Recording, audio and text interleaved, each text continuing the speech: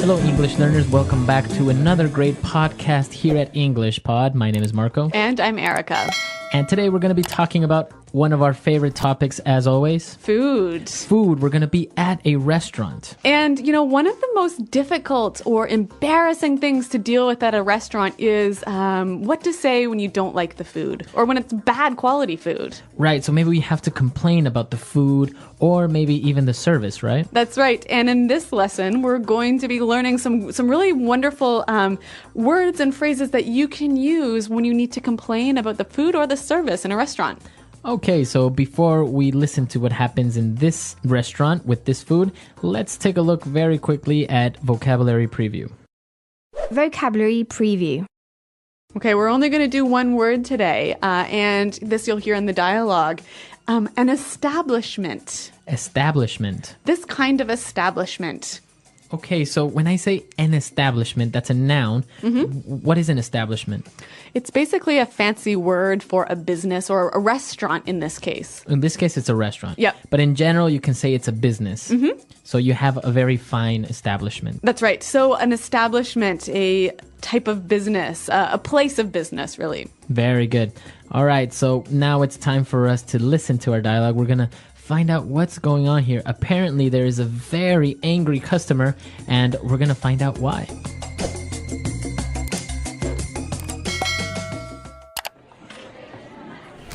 Excuse me, waiter. Yes, sir. What can I do for you? I've been sitting here for the past 20 minutes, and no one has offered me a glass of water, brought any bread to the table, and our appetizers haven't been served yet. In this kind of establishment, I'd expect much better service. I'm sorry, sir. I'll check on your order right away. Relax, honey. The place is busy tonight, and I've heard the food is amazing. Anyway. Here you are, sir. The foie gras for the lady and a mushroom soup for you. Waiter! I ordered a cream of mushroom soup with asparagus. The soup is obviously too runny, and it's over-seasoned. It's completely inedible. Okay, I do apologize for that. Can I bring you another soup, or would you like to order something else? Take this foie gras back as well. It's rubbery and completely overcooked. And look at the portion size. How can you charge $25 for a sliver of duck liver? Right away, sir. Honey, come on. The foie gras was fine. Why are you making such a big deal? Are you trying to get our meal comped again? What do you mean? We are paying for this, and I'm shelling out my hard-earned bucks. I expect value for money. Here you are, sir. I hope it is all right now. The chef has prepared it especially for you. Yes, fine.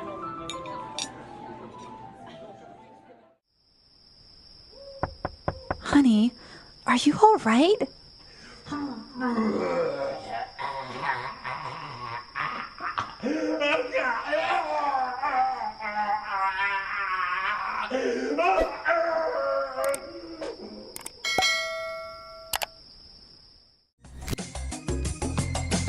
Well, I guess that's one lesson, hey? If you're in a restaurant, don't be too rude to the waiter. You never know what's going to happen. The waiter and the cook, right? Yeah, you don't want to offend that kitchen staff. All right, so we'll talk about that a little bit later on, but now I think we had some really interesting vocabulary of how to describe food that is not well prepared, and we can take a look at that now in Language Takeaway. Language takeaway. All right, so the guy in this dialogue, he ordered a mushroom soup, and he complained that the mushroom soup was too runny. Okay, the soup is too runny. Runny. So he wanted a cream of mushroom, so it should be a little bit thicker. Yep. But in this case, it was runny. So when something is runny, it's too liquid. Too liquid. And I think we can relate it to a runny nose, right? Exactly. Okay, so when liquid is coming out of your nose, a runny nose, in this case, the soup is runny. All right. And another thing that he was complaining about, the food was over-seasoned. Over-seasoned. The food is over-seasoned. Okay, so if the food is over-seasoned, it's too salty. So it's another way of saying it's too salty. Yeah, it's kind of a fancy a cooking term. Now, can I say if there's too much pepper in the food, can I say it's over-seasoned? Well, technically, no. When a cook says something is over-seasoned, he's talking salt only. Only salt, okay. So the cream of mushroom is very runny, it's over-seasoned, and he said it's completely inedible. Inedible. It's inedible. Inedible. Now, this word edible, You can eat it. You can eat it. So we add this prefix inedible. You cannot eat it. This is not possible. Yeah. And it doesn't mean that physically you can't eat it. It just means it's pretty disgusting. Okay. This food is inedible. And then he started to complain about the other dish. And he said that it's rubbery. Rubbery. The foie gras was rubbery. All right. So I think we noticed the word rubber. So obviously, if a food is rubbery, it tastes, or it's too chewy. It's like chewing on the bottom of your shoe, right? Okay, so it's too hard to chew or to swallow. Exactly. All right. Apparently, the food was rubbery because it's completely overcooked. Overcooked. All right, we have overcooked. So when something is overcooked, I mean, it's easy to understand that it's cooked too much. But it doesn't mean that it's burnt, right? No, so maybe you've ordered your steak to be rare, but it comes to you well done. So it's not burnt, but it's cooked too much. So also, I guess we can say like chicken. Sometimes if you overcook chicken, it comes out too dry. Yep. All right, so to overcook something. And finally, he was complaining about the size of the dish, and he said, this is a sliver of duck liver. Okay, a sliver. A sliver. All right. Now, this word sliver is like a slice, right? A very small, tiny little slice. Okay, so we can say, okay, I just want a sliver of bacon for breakfast. All right, why don't we hear a few more examples of how we can use sliver? Example 1. No, John's on a diet. He'll just have a sliver of cake and no ice cream. Example 2. I'm really full, but it looks so delicious. Can you just cut me a sliver? Example 3. You call this sliver of beef on my plate a meal? There's almost nothing here. And those are all the words we had for language takeaway. Now you have... So we've given you different adjectives of describing food that is not well prepared.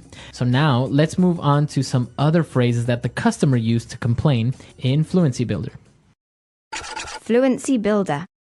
Okay, so before we get to the customer complaining language, I want to look at a phrase that the waiter used to apologize. He said, I do apologize. I do apologize. I do apologize. Now, why is this phrase so interesting? Well, I mean, it's pretty easy to understand the meaning, but I want to look at why he added this verb do.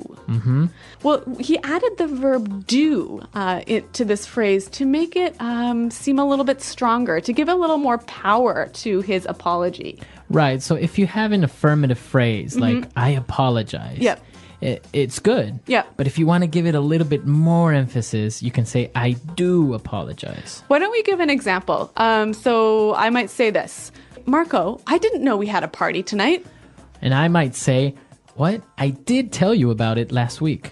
Right, so you're just giving a little bit more power to the statement that you told me.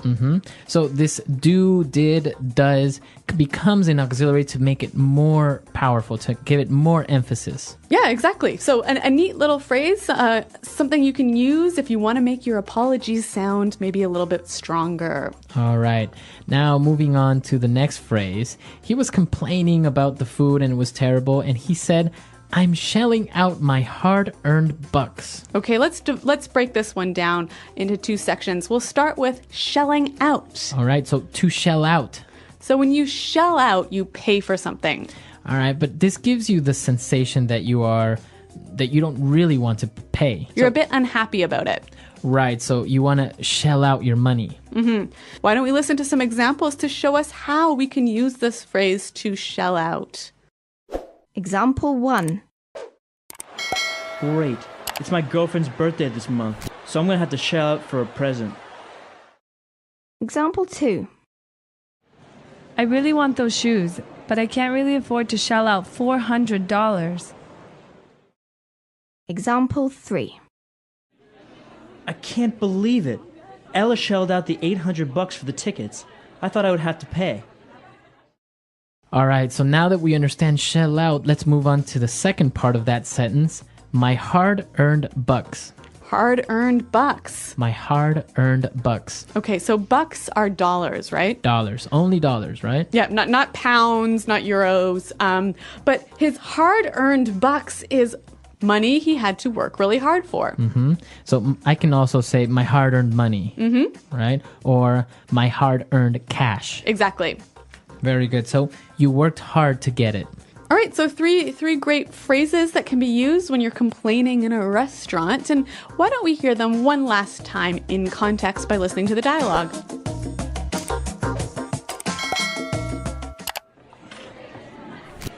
Excuse me, waiter. Yes, sir. What can I do for you? I've been sitting here for the past 20 minutes and no one has offered me a glass of water, brought any bread to the table, and our appetizers haven't been served yet. You know, in this kind of establishment, I'd expect much better service. I'm sorry, sir. I'll check on your order right away.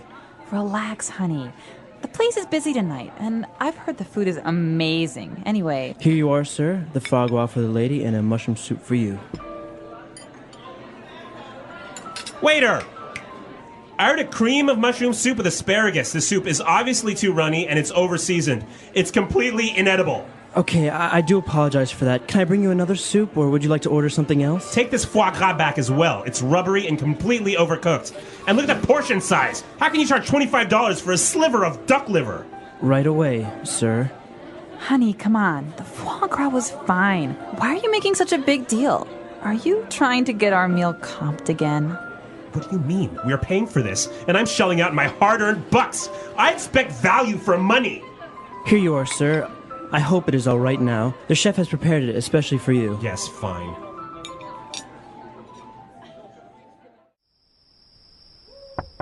Honey, are you all right?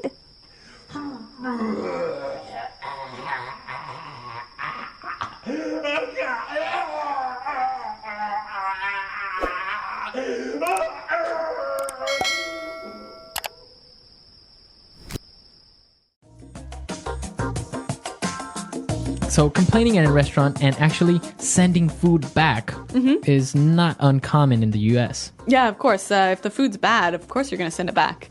But maybe in other cultures, I think people would be a little bit more reluctant to do something like this. Yeah.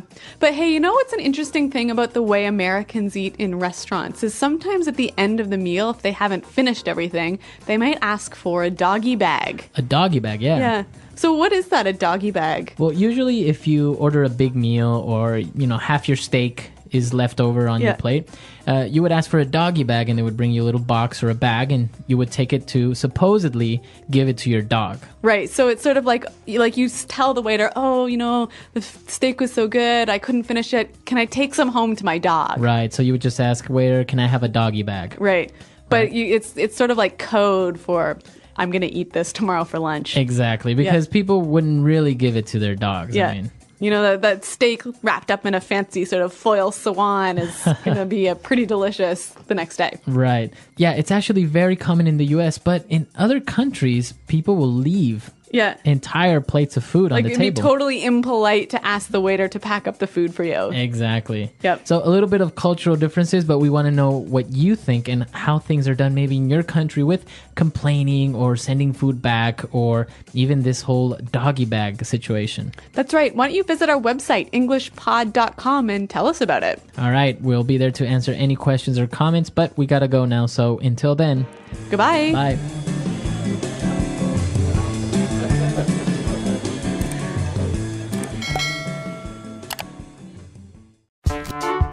The English Pod Audio Review. Listen to the meaning, then say the vocabulary word. A bad second taste. A bad aftertaste. A strong, unpleasant taste that is opposite of sweet. Bitter. A strong, unpleasant smell. Rank. A rotten taste or smell. Rancid. Not appealing, not attractive or tasty. Unappealing. Little dish people have before meal. Appetizer. Place of business like a restaurant or hotel. Establishment. Work done by someone to serve customers. Service. The list containing your choices of dishes. Order. A food made from the livers of geese. Foie gras. More liquid than expected. Runny. Too salty. Over-seasoned. Cannot be eaten. Inedible. Difficult to chew. Rubbery. Be cooked over time. Overcooked. The amount of food that is served to a person. Portion size. A small, thin piece. Sliver. Get very upset about something small. Make a big deal. Be given to customers for free. Comp. To spend money. Shell out. Money you work hard for. Hard earned.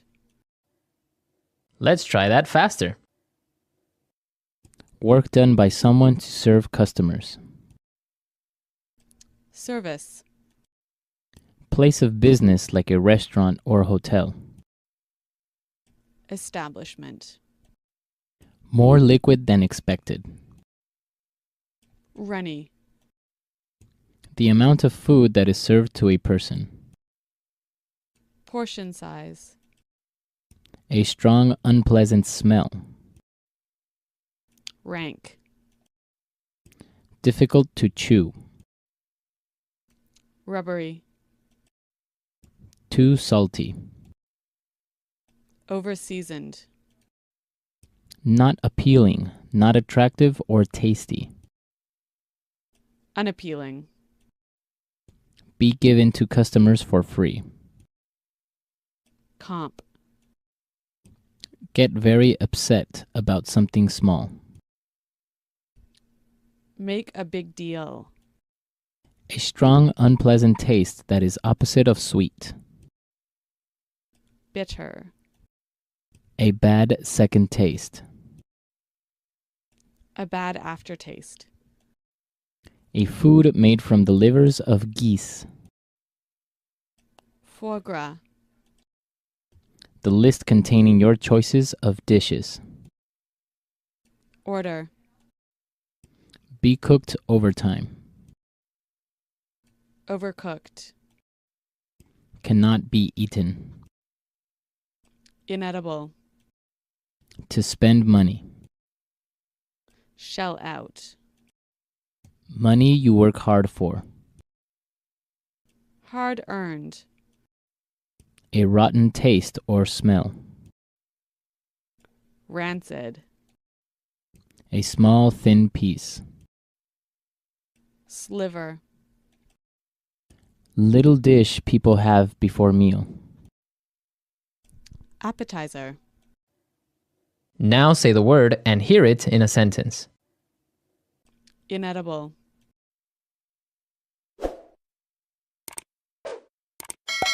This fish tastes terrible. It's completely inedible. Inedible.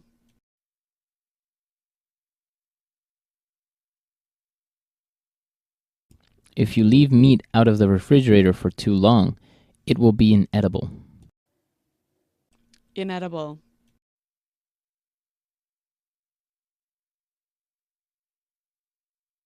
Are you sure you can eat that? Aren't the flower decorations on cakes inedible? Rubbery.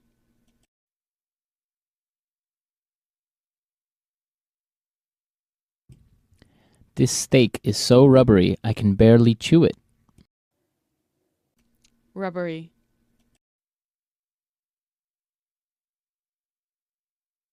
If the meat is so rubbery, why don't you send it back? Rubbery.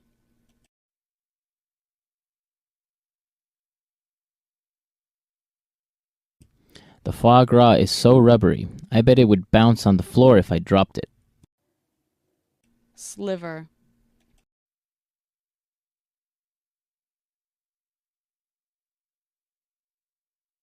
No, John's on a diet. He'll just have a sliver of cake and no ice cream. Sliver.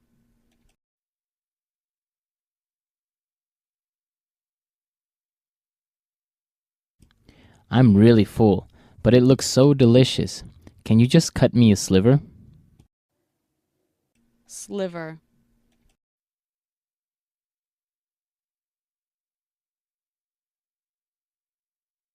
You call this sliver of beef on my plate a meal?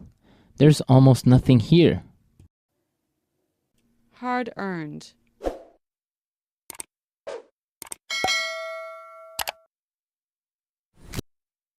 Doesn't it feel good when you use your hard-earned bucks to buy something you've always wanted? Hard earned.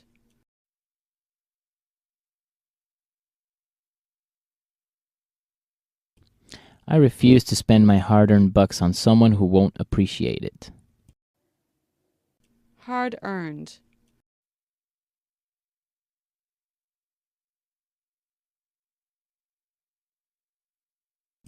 Richard is such a great guy. Every year he would donate his hard-earned bucks to a different charity.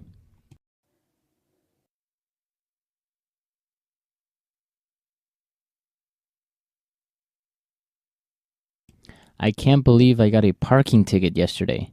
Now I'm going to have to shell out 75 bucks.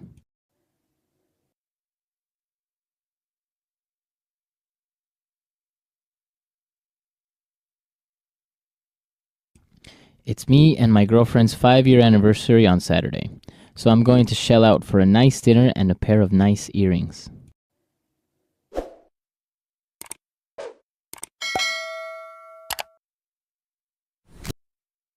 Tommy loved to party. Last night he shelled out $300 buying people drinks.